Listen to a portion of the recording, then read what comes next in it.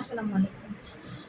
সম্প্রতি একটা খবর নিউজ এসেছে যে পিএসসি বলেছে তারা এখন থেকে হচ্ছে বিসিএস পরীক্ষার মোটামুটি ১৫ দিনের মধ্যে প্রিলিমিনারি রেজাল্ট দিয়ে দেবে এবং তার থেকে কিছুদিনের মধ্যেই আপনি ধরতে পারেন ২ মাস সর্বোচ্চ ৩ মাসের মধ্যে তারা রিটেনটা কমপ্লিট করে ফেলবে। তো এর মধ্যে আমাদের করণীয় কি?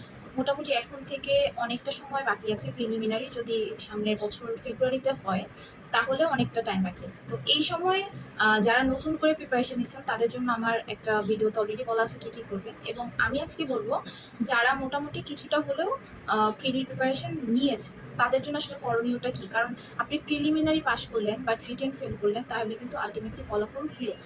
সেই জন্য আমি কিছু কথা বলবো যে কোন কোন টপিকগুলো একদম সেম রিটেন প্লাস প্রিলিমিনারি, এবং সেই টপিকগুলো আপনি বেশি জোর দিয়ে পড়বেন, আর কোন কোন টপিকগুলো কোথা থেকে পড়বেন, এই জিনিসটা আজকে আমি বলবো।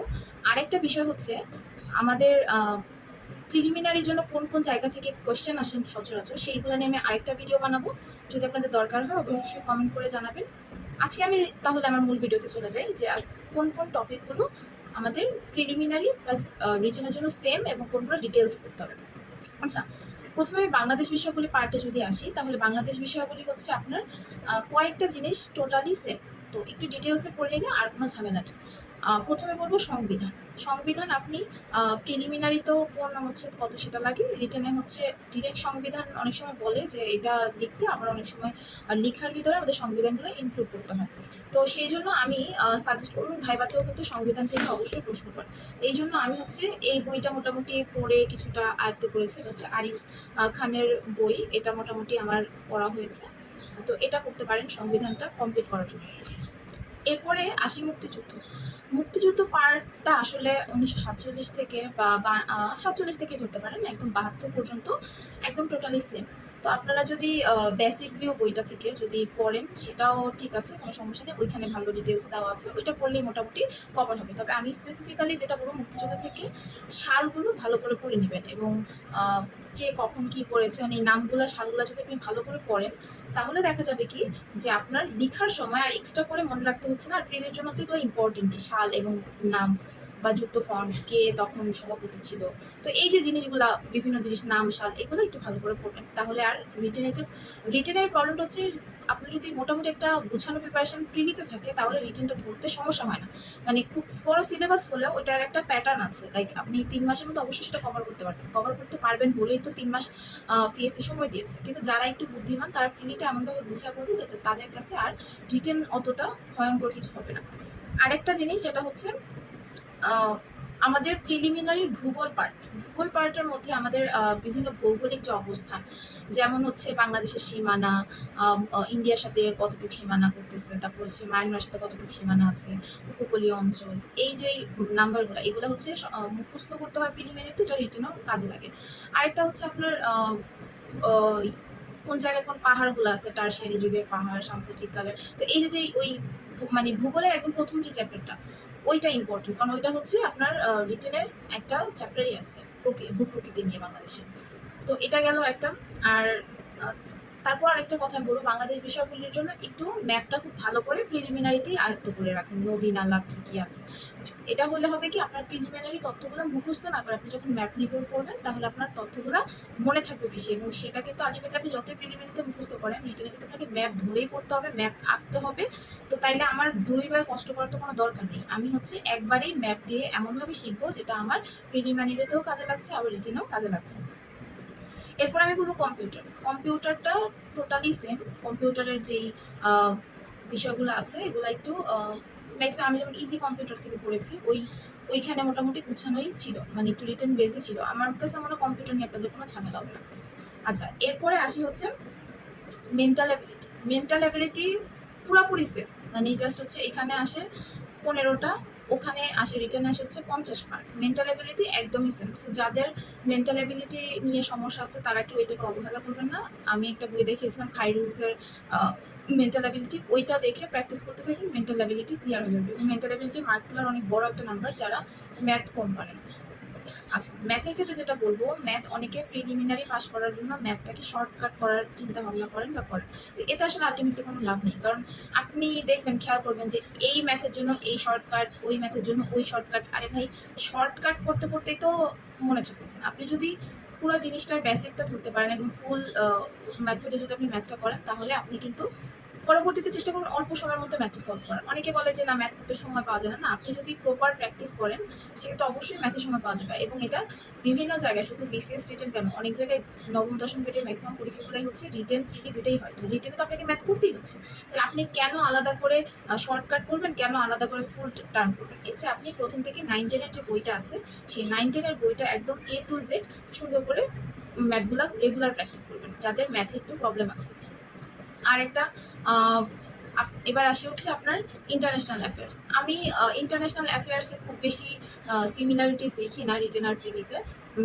প্রিলিতে আপনারা যেটা করতে পারেন সেটা হচ্ছে একটু ম্যাপ দেখে দেখে পড়ার চেষ্টা করবেন। এই স্ক্যান্ডিনেভিয়ান দেশ কোনগুলো, কোন জায়গায় রাশিয়া, কোন জায়গায় চীন, স্পেশালি যেই সব দেশগুলো আমাদের জন্য অনেক বেশি ভূমিকা পালন করে, লাইক আমেরিকা, চীন, তারপর হচ্ছে রাশিয়া, তারপর দক্ষিণ এশিয়ার যে দেশগুলা বা পূর্ব এশিয়ার দেশগুলা, এগুলা একদম ভালোভাবে প্রিলিমিনারিতে আয়ত্ত করবেন। কারণ রিটেন যে দেখবেন যে আপনার দক্ষিণ এশিয়ার গুরুত্বটা সবচেয়ে বেশি, মানে দক্ষিণ এশিয়া থেকে প্রশ্ন আসবেই, তারপর আপনার চায়না থেকে প্রশ্ন আসতেছেই, রাশিয়া থেকে আসতে পারে, এবং মধ্যপ্রাচ্য, এই জিনিসগুলো যদি আপনার প্রিলিমিনারিতে অ্যাটলিস্ট কোন দেশটা কোথায় আছে, তাহলে আপনি কিন্তু ভূ রাজনীতিটা বুঝতে আপনার সুবিধা হবে।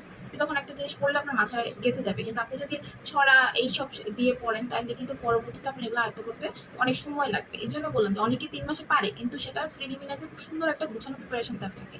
এছাড়া আপনি যদি জিও পলিটিক্স নিয়ে একটু ভালো একটা নলেজ নিতে চান, এবং খুব গুছানো একটা বই যদি আমি বলি, the anatomy of the world politics, এটাও যদি আপনি এই বইটা যদি পড়েন, এটাতে এত সহজ করে লেখা আছে সবকিছু, মানে এত সুন্দর করে লেখা যে আপনার ইন্টারন্যাশনাল অ্যাফেয়ার্সটা বুঝতে খুব সুবিধা হবে, যে কেন আসলে এটার সাথে এরকম হচ্ছে, কেন এটার সাথে এরকম হচ্ছে। তা আমি এটা নিয়ে ইনশাল্লাহ আমি অন্যদিন একটা আলাদা করে একটা রিভিউ দেবো এই বইটা, কারণ যারা রিটেন প্রিপারেশনে তারা মোটামুটি এই বইটা পড়ে। দেখেন, এইরকম একটা বই কিন্তু রিটেনের জন্য সময় দিয়ে পড়াটা কিন্তু সম্ভব না রিটেনের সময়। তো আপনি যদি এই জিনিসটা আগে পড়ে ফেলেন, তাহলে কিন্তু আপনার মোটামুটি একটা ধারণা হয়ে যাবে। যেহেতু আমাদের একটু ইন্টারন্যাশনাল স্টাডিজে যারা না পড়ে, তাদের কিন্তু এই ব্যাপারে একটু ধারণা কম থাকে। তো তাদেরকে বলবো, যদি সময় পান, যদি সময় মানে মনে হয় যে না, আমার হাতে মোটামুটি সময় আছে, আমার প্রিলিমিনারি পড়া মোটামুটি আগানো আছে, প্লিজ এই বইটা পড়ে নেবেন।